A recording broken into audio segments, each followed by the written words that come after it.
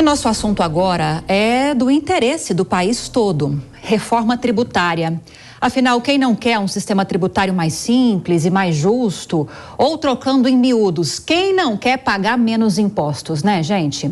E para falar sobre isso, o nosso convidado deste sábado é o ex-deputado federal Luiz Carlos Rauli, autor de uma das propostas que seguem em debate no Congresso Nacional. Vou chamá-lo de deputado. Deputado, bem-vindo ao Jornal Jovem Pan. Boa noite.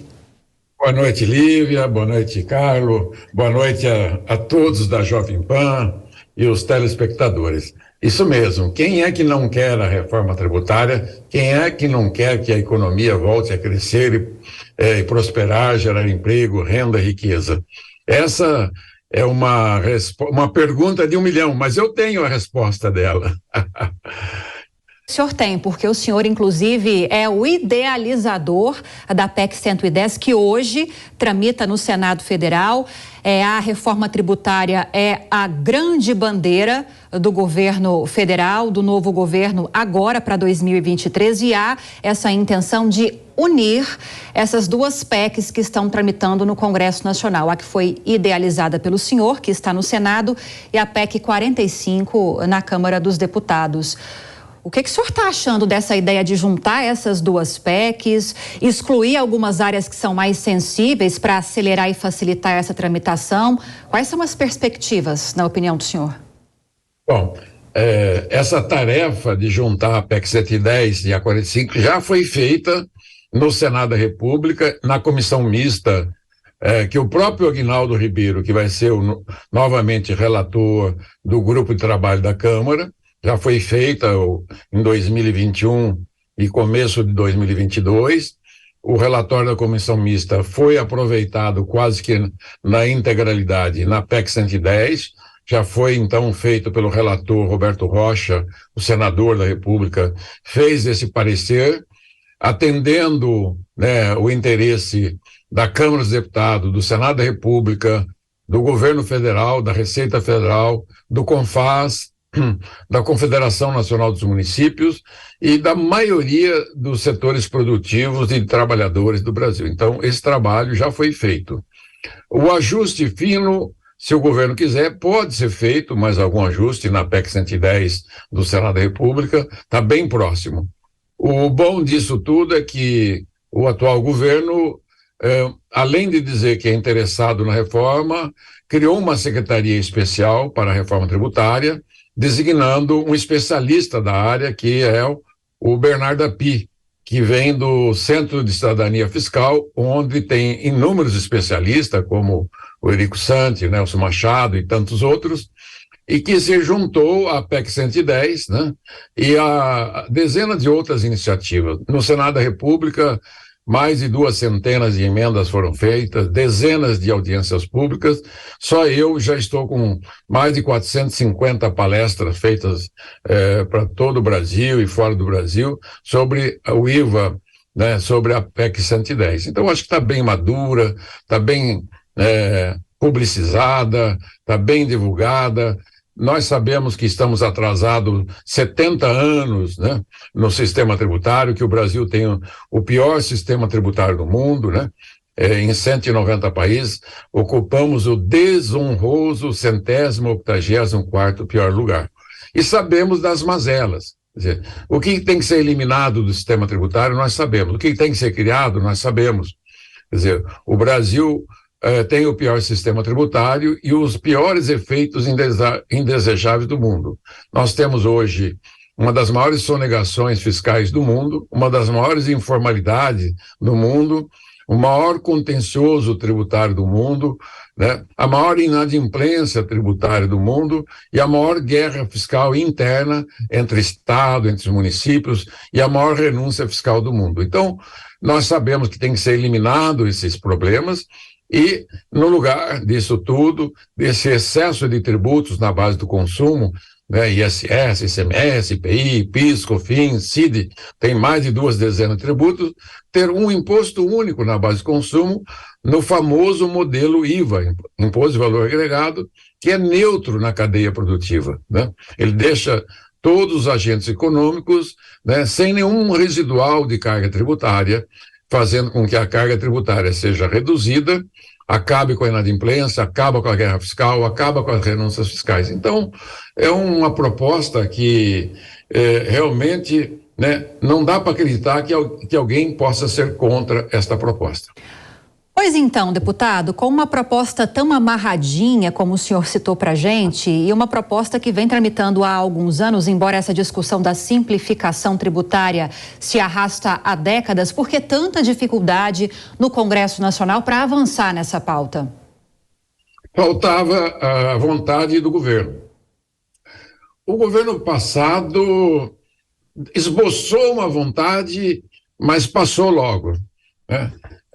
E não tomou à frente a reforma tributária. Ele ficou mais preocupado com outras questões. O ministro da Fazenda ficou mais centrado em querer ter uma CPMF. Ele estava preocupado com um ponto lateral do sistema tributário brasileiro e da economia. Ele infelizmente, ele não parou para ver a grandiosidade do trabalho que foi feito no Congresso Nacional, com centenas de colaboradores. Agora não, o governo manifestou seu interesse, aliás, os candidatos manifestaram na campanha, o atual presidente também, o seu ministro assumiu falando em reforma tributária, em gesto concreto, ele já criou a comissão especial, a secretaria especial, já nomeou o secretário especial, já nomeou uma equipe nessa secretaria especial. O vice-presidente da República também que é ministro da Indústria e Comércio, tem reiterado, né, a necessidade da reforma tributária e da junção da PEC 110 e da 45. Seria uma espécie de uma PEC 155, né? E a gente brinca com esse número, que é a soma dos dois números. Então, a vontade política do governo tem, e eu, que fui congressista por 28 anos, conheço as duas casas, os deputados e senadores têm vontade. O atual presidente do Senado e da Câmara, que foram reeleitos, também são favoráveis, né, já manifestando inúmeras vezes a favor da reforma tributária. Eu acho que agora conjugou, né, os astros estão conjugados, está tudo favorável. E aqueles setores de serviço que ainda temem os efeitos da reforma tributária no seu setor, é muito tranquilo. É só eles exigirem que explicite no texto que a tributação da folha patronal, o INSS patronal, a contribuição, possa ser realocada da folha para o IVA, né? Que ficaria totalmente desonerada da folha, que é o que eles querem. Isso porque o IVA vai ser simples, uma cobrança única nacional, instantânea, no ato da transação de compra e venda, através da cobrança eletrônica 5.0, desenvolvida pelo empresário, o engenheiro do ITA e grande empresário Miguel Abuab, e os efeitos que tem o sistema tributário da regressividade, da elevada carga tributária nas famílias de baixa renda, tem um mecanismo de devolução do imposto para baixa renda. É um tripé. Simplificação radical, o imposto único da base de consumo, cobrança 5.0, de imediata, crédito financeiro, acaba com o ato declaratório, acaba com a inadimplência, acaba com a burocracia, né? E cobrança instantânea do imposto que fica, né? E a cadeia produtiva neutra. Todos vão ganhar.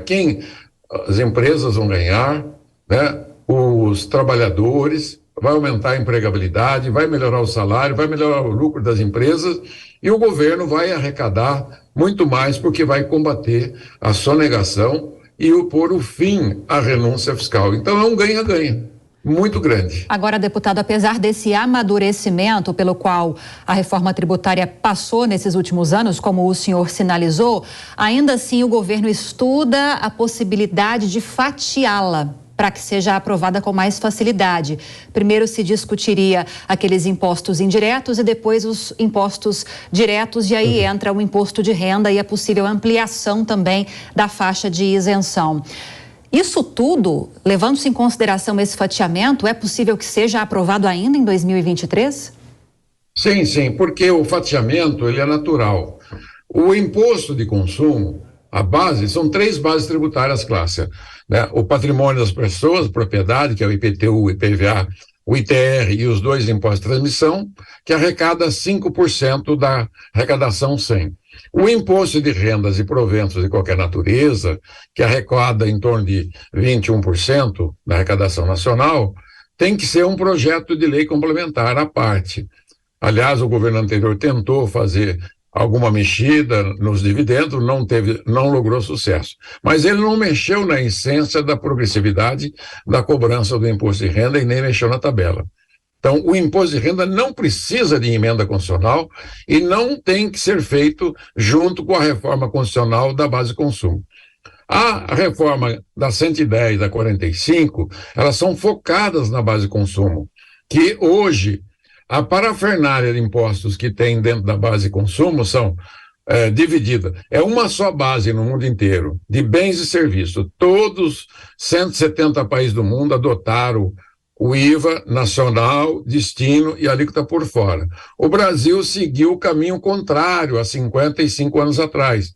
Adotou na base de consumo dividida, deu o serviço para o município, o ISS, deu para os estados a tributação dos bens com o ICMS, a União fez uma tributação de ICMS adicional chamada IPI, na base dos bens e serviços, e nos anos seguintes, a Constituinte, ele criou muitos impostos que caem todos na base de consumo e na folha de pagamento. Então, a base de consumo é tudo aquilo que vai para os preços relativos de todos os bens e serviços. Quem são os consumidores de bens e serviços?